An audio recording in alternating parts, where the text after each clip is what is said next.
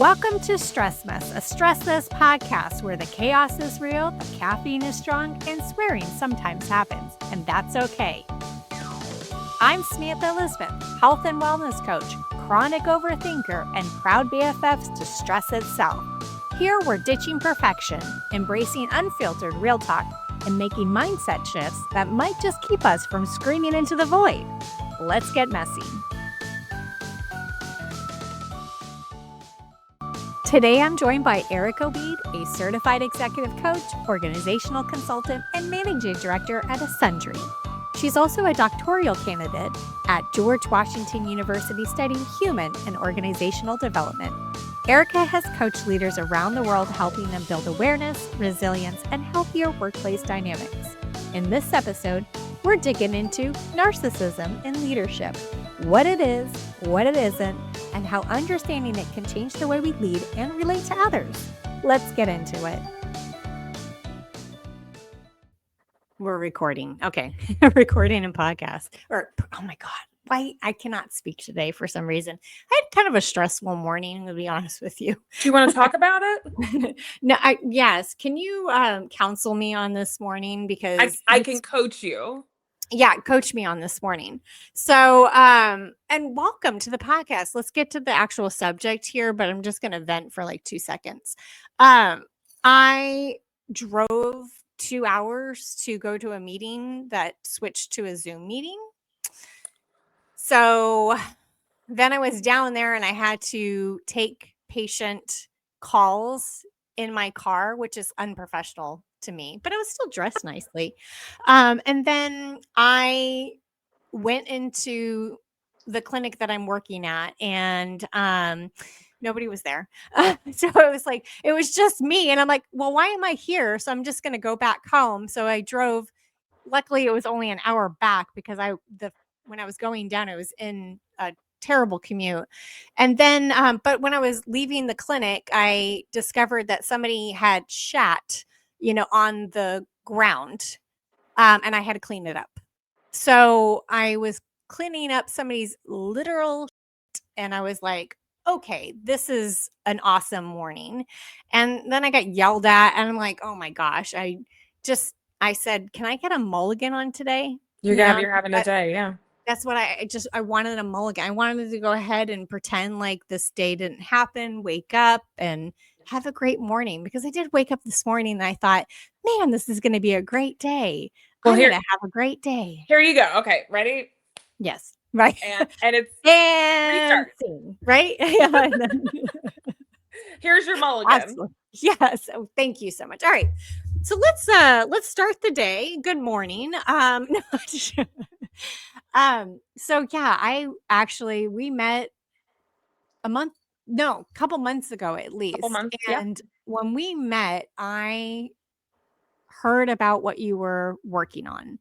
And I thought, oh my gosh, this is so relevant for society today in the cultural zeitgeist of the world right now. And what we're talking about is narcissism in leadership. Yeah. Yeah, exactly. And I really wanted to talk about that because my goodness, it's a buzzword right now. Everybody's throwing the word around, narcissist, narc, as for short. And I really wanted to talk about that because this is something that has come up so much that it's being overused. And as I told you, my son even pointed it out recently that, and 15 years old is telling me stop using the word narcissist because it's overused. Nobody really knows what a narcissist is. And, on top of that too, not everybody we call a narcissist really is a narcissist. We got to realize that there's different types of narcissists. So I really want to turn it over to you because I want you to talk about how we came upon this subject. I really want to talk about what is a narcissist, maybe different types of narcissists. Not that you have to take out the, book or something like that. The dissertation? Yes. Yeah. Do I have to break out the dissertation? Yes. Yeah. Break out the dissertation. Tell us all about it. But I do want to know a lot more, about this and the subject because it is being thrown around a lot. And I think that education for people and then also how to spot a narcissist would be a great thing too. Sure. And more importantly, what do you do when you spot somebody with some of these characteristics? Yes. Which is that's the question that we're all looking to answer. That's the question that I'm looking to answer is what do we do with this information? Yep. So yeah, you and I did get a chance to talk a little bit about, when we first met, about what the kind of work that I do is, and I work specifically with leaders who are struggling with what we call counterproductive workplace behaviors. And that is the nice way of saying that they're kind of bad bosses. Yeah. And a lot of times, what I find with my clients and the organizations that I work with is people struggling with counterproductive workplace behaviors are not always bad people. A lot of times, they don't know better or they don't know how to do better. These are characteristics that they've honed over time. Sometimes they're a little bit more natural to some people than others. But the idea is that, we all have opportunities to grow and to change. And that's really what I want to do with my work. So I started looking into a topic of leadership that I love so much. And I'm like one of the only ones, apparently. And it's called dark leadership. That is narcissists, Machiavellians, and corporate psychopaths. Whoa. Right? And everybody says, "Whoa, that's a lot." And it is. That's a huge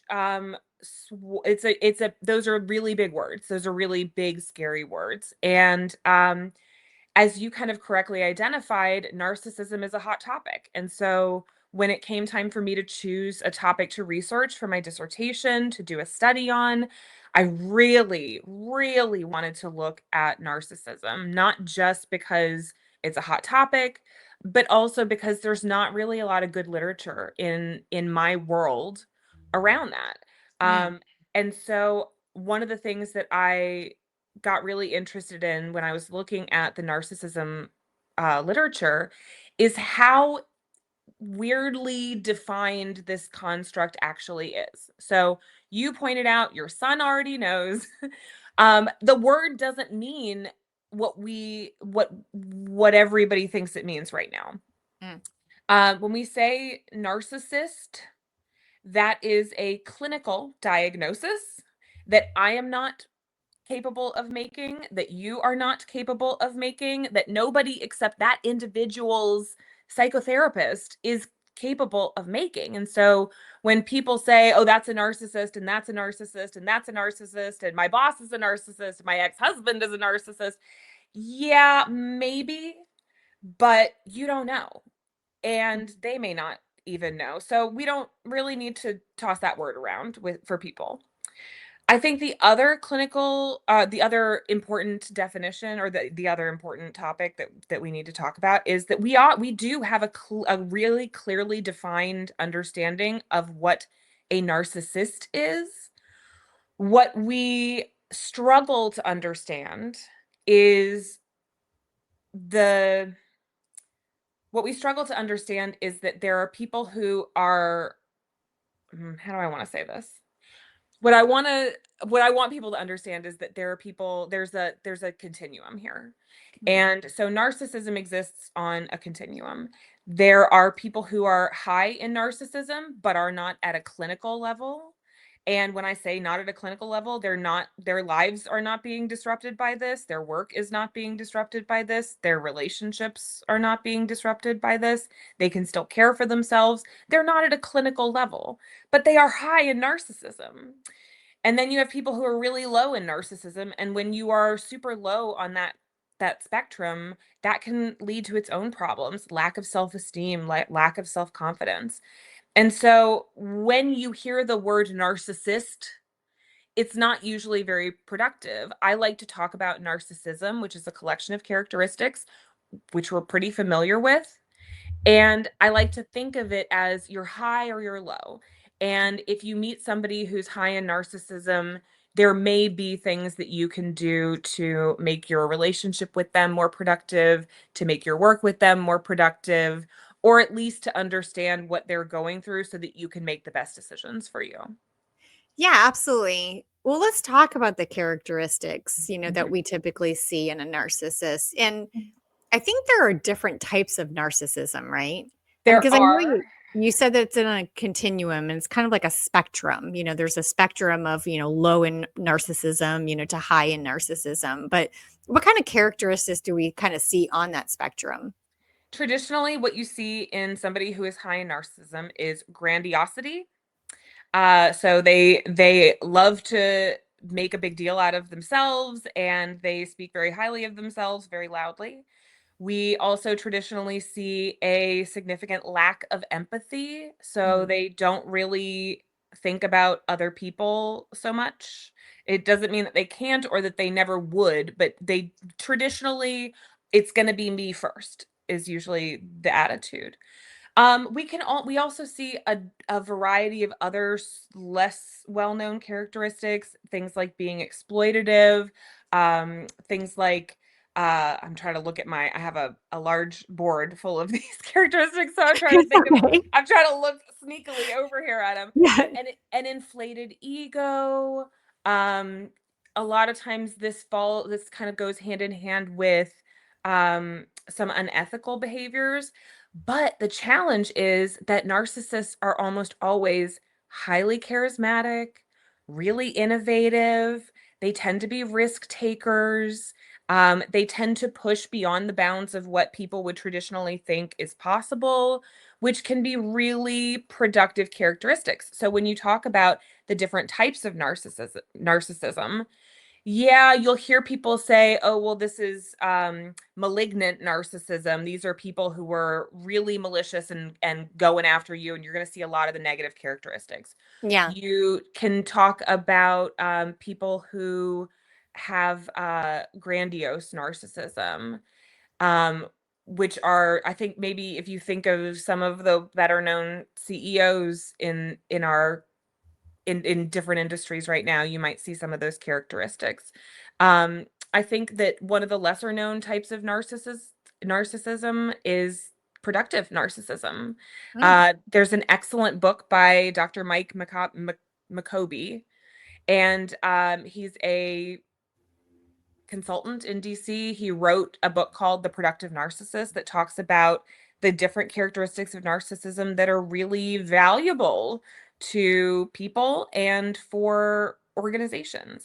Mm. And so there's a really broad definition of characteristics. I mean, for my dissertation, I probably found maybe 75 different characteristics in the literature to describe narcissists.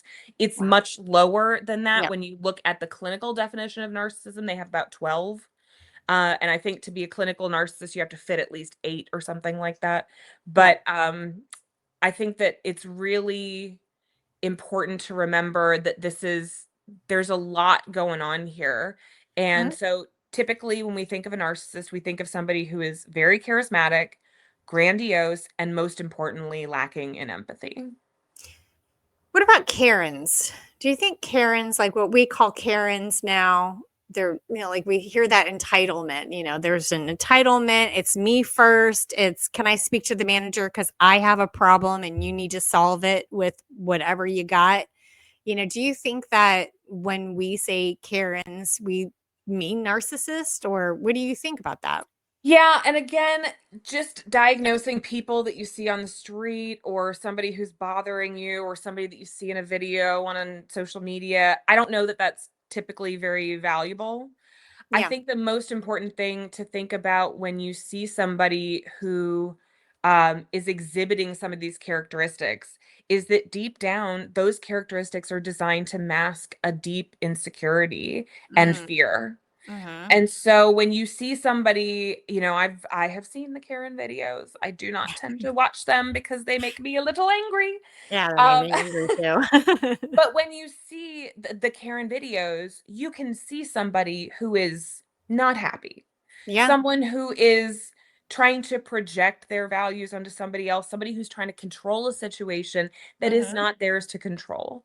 And ultimately, that is an unhappy person. Now, why you are unhappy is not my business. Mm. But for me, I can look at that person and say, I have empathy for you that you are miserable. And I feel bad for that. It doesn't excuse your behavior. It is, what do they say? It's a context, not an excuse. Yep. However, it makes it a lot easier to deal with that kind of behavior when you recognize that you're in a better place than they are and they're struggling to find something that they can put that energy into. Yeah, absolutely. I mean, because I think that a lot of times when we are cut off by somebody in traffic, we go, "What an idiot!" You're characterizing that person generally as an idiot when they just made an idiot move, or maybe they made a mistake, or something like that. And they can't excuse them for that one bit of behavior.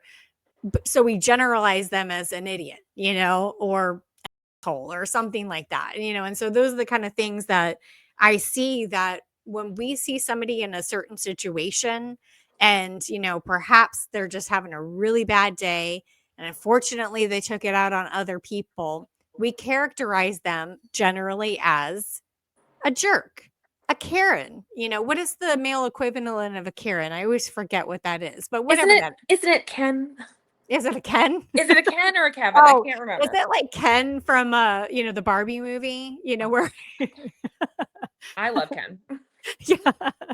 I mean, of course you love him in the end, but that time when he did the, Casa thing and everything, Yep. you're just like, "Oh my god, this Well, guy." and the most important thing in that situation is when you're riding around telling yourself that everybody is a jerk or a Karen or a Ken or Kevin or whatever it is, Yep. when everyone's an idiot, when everyone's a narcissist, then you end up in your own mind living in a world that is full of terrible people. Yes. And that is just not the truth.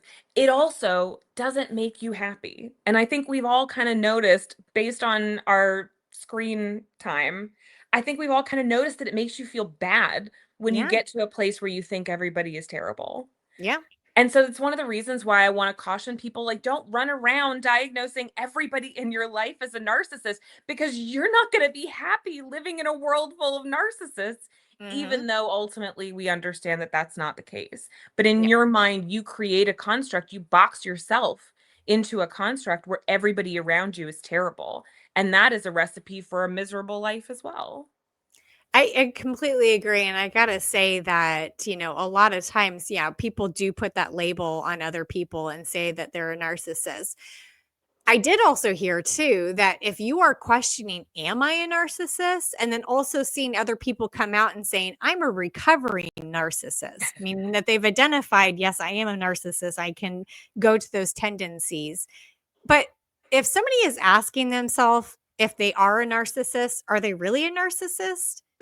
I don't know that that's a hard and fast rule. And again, I'm sure that there are people who would look at some of these characters. I'll give you an example.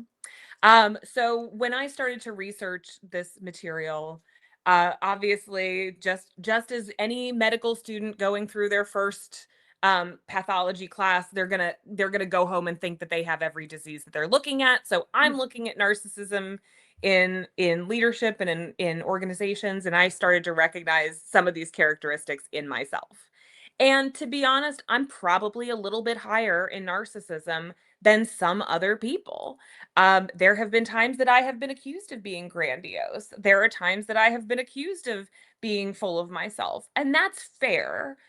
However, I think that being able to look at some of these counterproductive behaviors and say, without labeling yourself, say, you know what, these are areas that I might need to work on.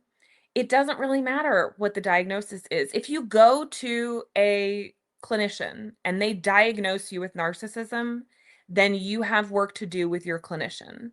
Mm, But if you have never been to a psychologist, if you have never been tested for this, don't label yourself like that. Let's just go yeah. straight to the behaviors. Are you lacking in empathy? Is that a characteristic that you would like to work on? Then we have tools for that. We have Yeah. the ability to build skills around that. Are Mhm. you somebody who is exploitative? Are you somebody who has trouble receiving feedback or criticism? Then we have tools that we can use to develop those skills in you. I think it's much more important for us to recognize that these characteristics naturally exist in all of us, Mhm. and that we can at any moment slip into a place that is unproductive, or we can choose to sit down and be self-reflective and say, there are things that I need to do to build a better me. Yeah, I'm gonna be, like, totally honest because, I'm a hypochondriac, I always say I have slight hypochondriac. So, like, if something's wrong with me, I'll go on the web and I'll look it up and I'll say, like, all of a sudden I'm dying, right, the next day, because Exactly. WebMD told me I am. So, like, that happens, but I do the same thing with problems sometimes too. Yeah. Like, if I have a problem in my head, it is way bigger of a problem than it actually is in reality, like it should be. And sometimes I have to, and this is something that I do with my coaching clients too, I have them kind of like feel like they're going to take the problem outside of themselves and put it on a piece of paper in front of them, away from their body, and say, this is the problem. Now, if your friend was having this problem, what would you say to them? Would you be freaking out as much as you do? I have to do the same thing to myself because I am just very honest about that. Like, because sometimes, like, I feel like I WebMD myself, not in symptoms, of things that could be wrong with me, an illness or anything, but things of problems too, where all of a sudden, like in my brain, my WebMD comes up and it goes, oh, that's it. The end of your life is here, and it happens because, I mean, come on, this is the Stress Mess podcast. I'm the original stress mess. So the thing is that, like, that's where it comes from. I know it's my hormones in my body where I have to take a deep breath or go talk to a friend and they're going to be like, oh, you're just being silly. That happens. And I'm okay with that because I know that's me and I know that's how I tend to react. It used to not be that way though. I would just overreact and like worry about it and talk to people about it and like kind of drive myself crazy a little bit. But then realizing that the cortisol or the hormones that are going through my body are what's causing it. And I have that choice to embrace them or not. And yes, I WebMD myself all the time in my brain. I don't even have to look it up on the internet. I know the world is ending. No. So those are the kind of things I think that when you're talking about like that and the people feeling their importance, that their problem is bigger than everybody else's problem. I think that's also like where that comes from too, is that idea that, oh, I'm having a problem. Everybody stops what they're doing, fix me, or fix my problem and that sort of thing. And I know that happens. So, I mean, like, kind of brings me to narcissism, clinical narcissism. Is that different chemicals in our brains or in our bodies? Like, what do you think about that? I think not being a therapist, not being a clinical psychologist, not being not dealing with clinical narcissism, Hmm.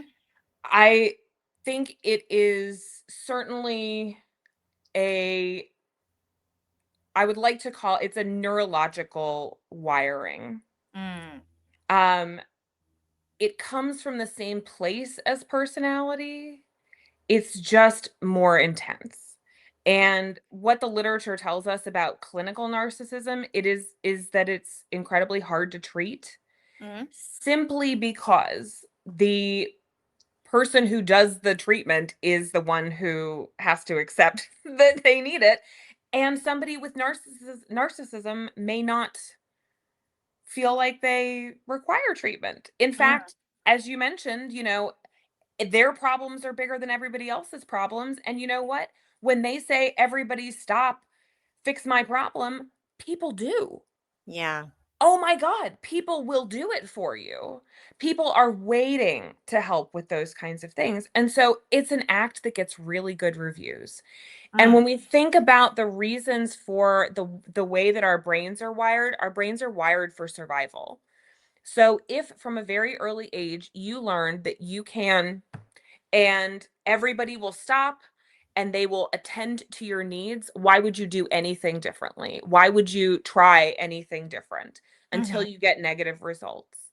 Yeah. And so I think it's really important to remember that if we're talking about clinical narcissism, that is a physical wiring, neurological wiring in your brain. And that is not something for me to deal with. That is not something for any other coach to deal with. That is a clinical issue that deserves a trained clinician, somebody who has diagnostic tools in psychological disorders. Mhm. I think more importantly, when we're talking about subclinical narcissism, when we're talking about people who are lower on that spectrum, I think it's really important to remember that they actually can do a lot of things to address the challenges that are making their behavioral choices unproductive Mm. or that are causing them to choose unproductive behaviors. And I think that's the most important thing to remember. The label isn't really the most important thing. I think the most important thing is a person's willingness to change, a willingness to reflect, a willingness to be open to feedback and criticism, which again is a really challenging thing for somebody who is high in narcissism. Mm. But there are opportunities to shift the behaviors into things that are more productive. Yeah. Ultimately, narcissism isn't a problem until it's a problem. Thinking that you're the center of the universe is a natural, normal human thing. Nobody lives in another person's brain, so how would you know what it's like to be another person? We can kind of guess, Mhm. and we can look at the people that we love and we can see what they're going through and we can feel those things too. That's empathy, which we can develop.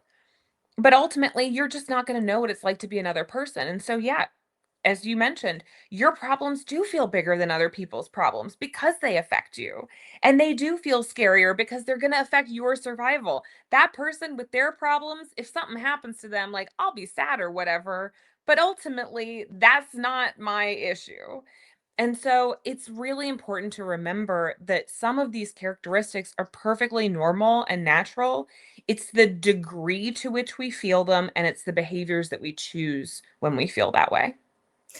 Wow, that's really powerful. Really. I mean, because the thing is that it makes me feel, and I know that like my child growing up, and I think this is the way for most children, there is a lack of empathy when they're like when they're children. It's that meme, where a parent falls down the stairs and they're at the bottom of the stairs and they're like, help. And the child walks up and says, can you make me a snack? Yep. And because like the child has no empathy for the parent that fell down the stairs because they're like, whatever state you're in, I need a snack. And I think about my own child and I think about like, how can I raise them to not be a narcissist? And I understand that there are good qualities in that, but like, how do you prevent your children from growing up and being a burden on other people in that way?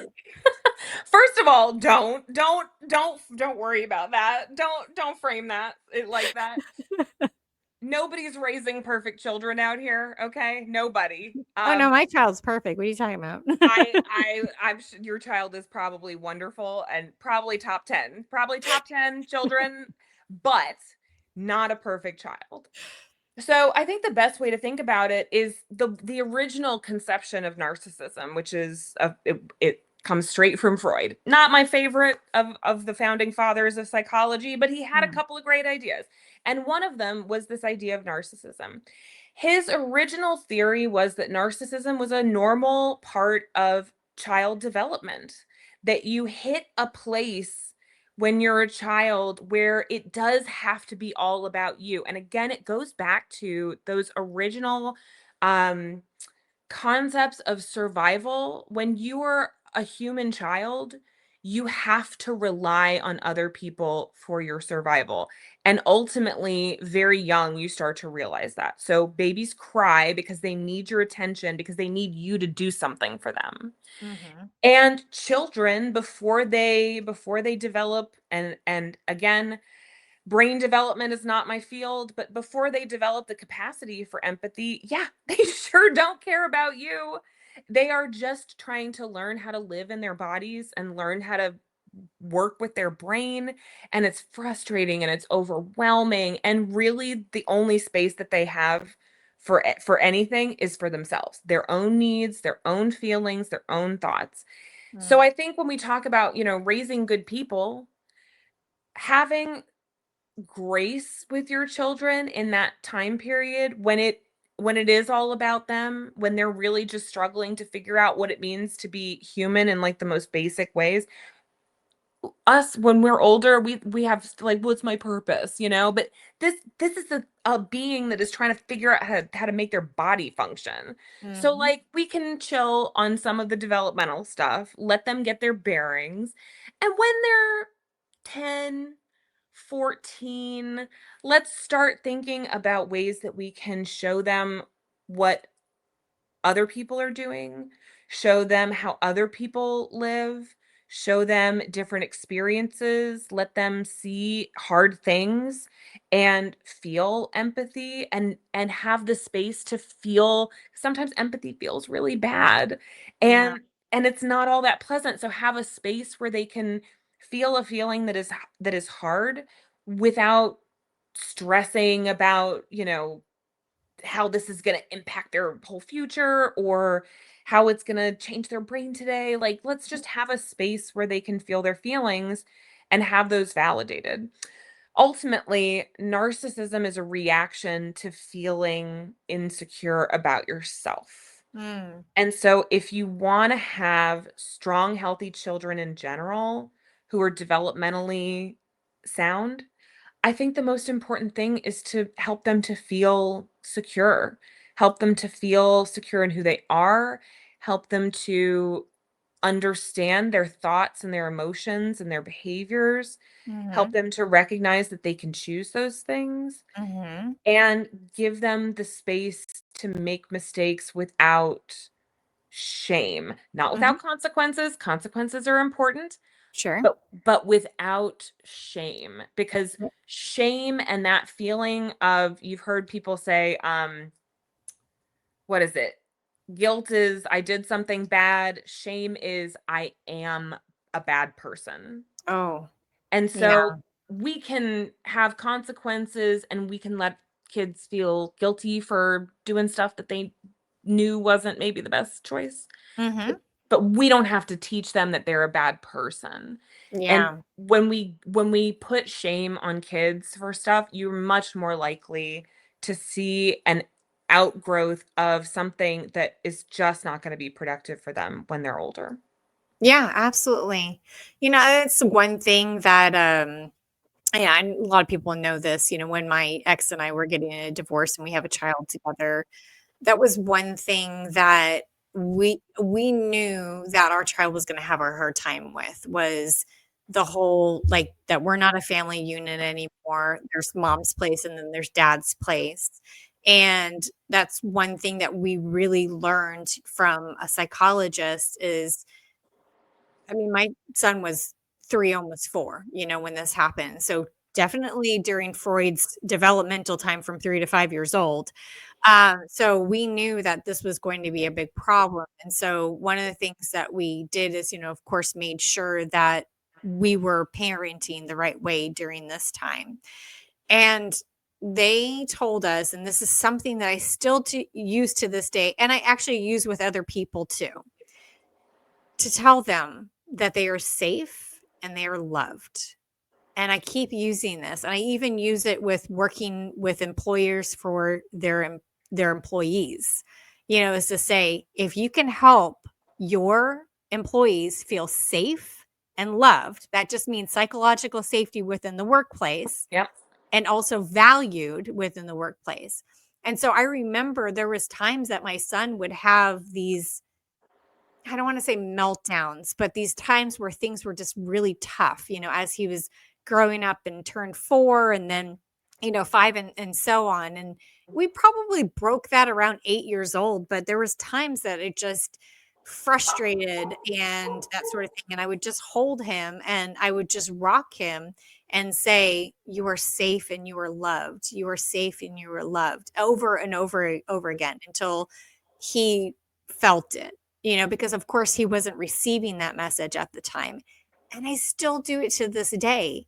And in fact, sometimes when I'm self soothing myself, I say, I am safe and I am loved. I'm sorry. I'm going to start crying all of a sudden about that because it's like, Because it feels so good to hear that. yeah, I mean, because Yes. then I think like, okay, I'm safe in my home right now. It's not like I'm in the middle, of something terrible that somebody else might be going through. Okay, I'm safe, let me go ahead and count on my fingers and toes of how loved I feel by other people, or by just to reassure myself when I get into those moments of the WebMD in my brain, that like, and I think that's something very valuable that other people can learn from themselves too, is that they feel that, and they tell other people that too, especially those people that are having a really hard time. Yeah.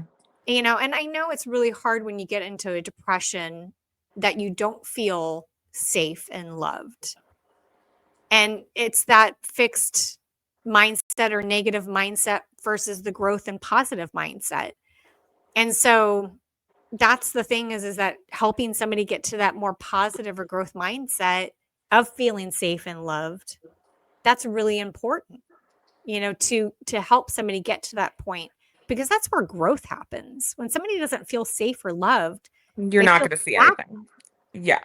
If somebody is not, and this is the most important thing when it comes to coaching and development, if you have a client who is perhaps exhibiting some of the characteristics of narcissism, Mhm. you can go ahead and infer that that is a reaction to insecurity. So, Mm. guess what doesn't help that? Screaming in their face that they're a narcissist doesn't help that. Yeah. It's going to create more distance. Cutting Right. them off doesn't help that. Yeah. Um trying to take them down or subvert them. I've heard lots of people, and lots of people have asked me, what do I do when I work for a narcissist? What are the tricks that I can use to get back at them? And it whatever you're going to do is going to fuel that response from them. The Mhm. most important thing that you can remember about a person who exhibits these characteristics, again, they're dealing with their own insecurity and shame. Mm. They are making themselves unhappy. And because they are unhappy themselves, they feel the need to express that, project that onto other people. Misery loves company. Mhm. Um, or they feel insecure, and so they go for power, and Yeah. they try to create a scenario where they have more power than other people. These are behaviors that will not get them what they're looking for. Don't worry. So you don't have to be, and I am the first person. There's a reason I got into this line of work. There's a reason why I study this stuff. I have met many of these types of leaders. And I am the first person to want to jump in their face and be like, "What are you doing? This is so dumb. Stop. You're hurting Yeah. people. You're making me angry. Like, stop it." But it just, that kind of aggressive push to somebody who is already trying to defend themselves psychologically is just not going to get you the outcome that you want. It's one of the reasons why when people say, "Oh, what can I do here?" The first thing that I tell them is your responsibility is to yourself. Mhm. So you need to do the things that you can do to make yourself happy, to create a fulfilling life for you. Ask yourself, is this job worth working with somebody who makes you miserable? There have been times where my answer to that question has been yes, the job has been worth it. And I Yeah. have worked with those people, Mhm. and to varying degrees of success, to be honest. But that's for everybody to determine on their own. That's an individual decision. Sure. The second thing that I think is really important is, again, to remember that they're miserable and to not try to make them more miserable because they're spreading that around. Yeah. That's going to look bad on you.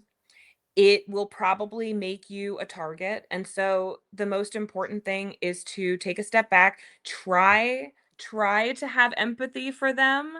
The characteristic of a narcissist, the hallmark characteristic is a lack of empathy. Well, we don't want to be like that. So Yeah. let's just go ahead and try to have a little empathy for them, try to give them some grace.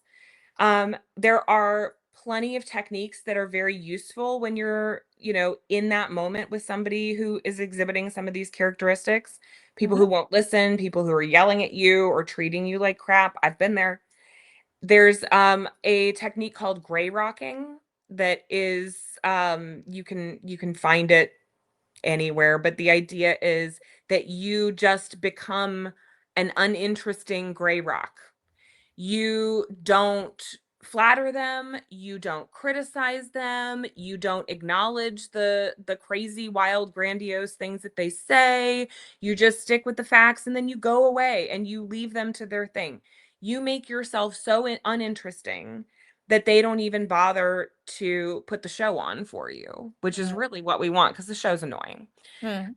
The other thing that I would say is that because narcissism tends to go hand in hand with some really unpleasant behaviors, particularly in the workplace. Document everything.